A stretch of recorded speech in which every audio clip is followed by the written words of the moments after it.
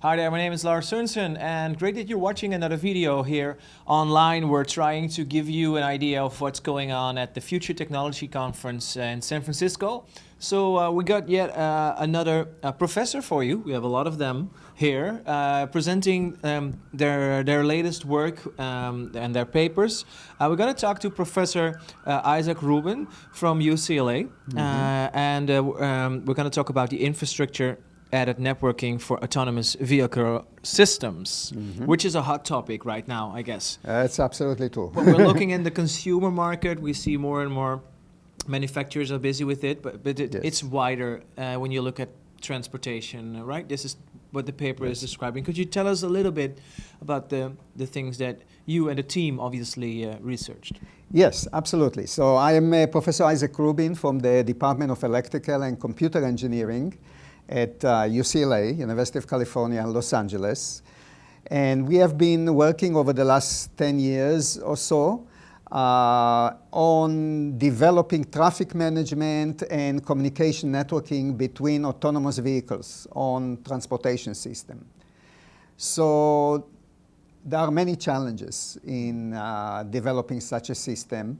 And we are talking about developing mechanism for the system as a whole. So it's not just involving the individual car manufacturers, but it involves the authorities, the federal, the state, the local authorities in regulating the whole operations. The paper that we have here at FTC 2019 in San Francisco deals with how to develop an infrastructure that consists of interconnected roadside unit to send messages and receive messages from autonomous vehicle on the highway. And the question is how to do it so that the operation will be highly efficient. Okay, you're already mentioning some of the problems that we are seeing now because regulations are different, systems are different. Yes. And then obviously we need a certain amount of speed if you want to do this safely. So is this system or the proposal that you're doing, is this addressing also that it could be implemented like here or in Kuwait? Yes, absolutely. While the specific paper right now talks about using infrastructure to communicate between vehicles and from vehicle to roadside unit and from roadside unit to vehicles, our overall research involves two segments, two elements. The first element is traffic management. And that is how to manage the traffic so that vehicles don't wait for too long on ramp before we autonomously admit them into the highway. How to route vehicles to appropriate lane. How to select in each lane the optimal speeds that vehicles should travel. How to organize the vehicles into formations.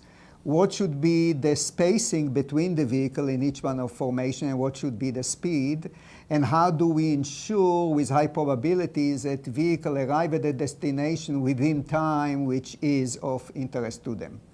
That's one dimension. The other dimension is in order to implement it, vehicles have to transmit messages to each other, vehicle-to-vehicle communications. And vehicle has also to transmit messages to roadside units and receive messages from roadside unit.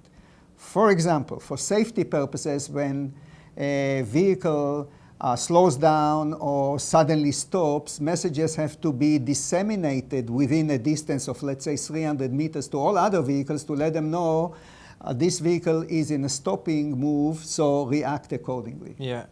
And I guess this is where the hard parts come in, because then you're also working with the regulations in that area. We're talking about insurance. We're talking about reliability, responsibility. Absolutely. So that's one of the difficulty in doing that. First, we have to have standards, and we have two protocols for doing that do not yet exist.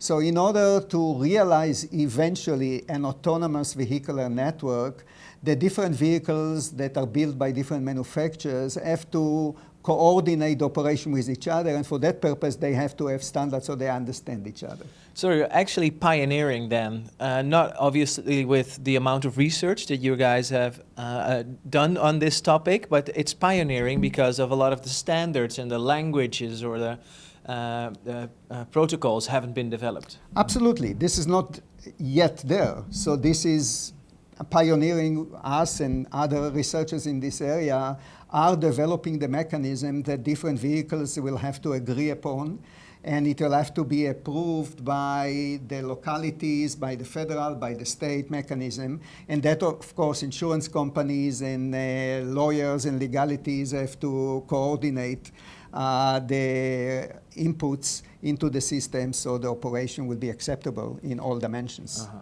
And I don't want to ask you to become a fortune teller, but because you are so on top of this research, then just in your thoughts, share with us in which amount of time would it be possible to implement these systems and to actually see autonomous driving come to life in our daily traffic?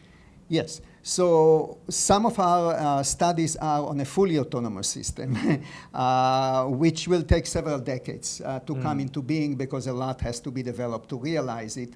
But in the interim, before this is fully realized, there will be a mixed scenario whereby some vehicle will have the autonomy capability and some will not have, and you'll have to have a scenario where both of them are going to have to coexist.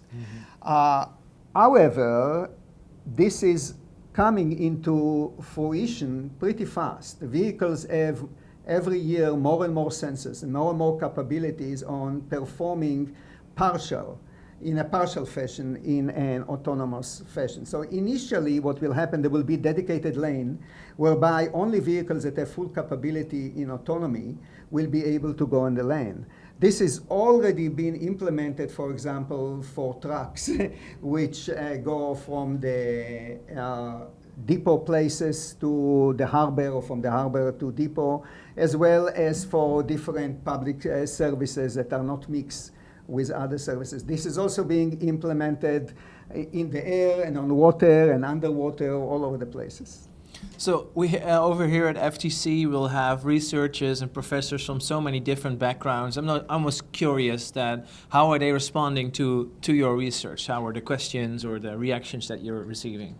They're extremely interested in that. So there was extreme interest, and people are talking and asking questions. People come from different backgrounds and are working on different disciplines.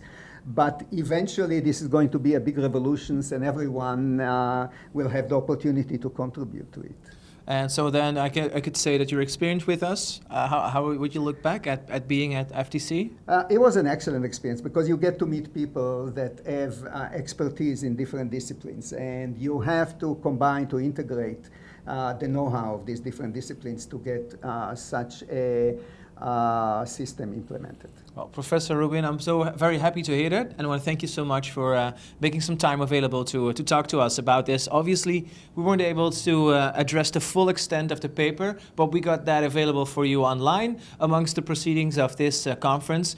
Maybe we even inspired you to join us for one of our conferences in the future. We'll have dates and locations available on the website, and we always love to meet bright minds, just like Professor Izhak Rubin, and to connect together and brainstorm about the future and the beautiful technological possibilities that lie ahead. Thank you so much for your time, and thank you for watching. It's my pleasure, and thank you.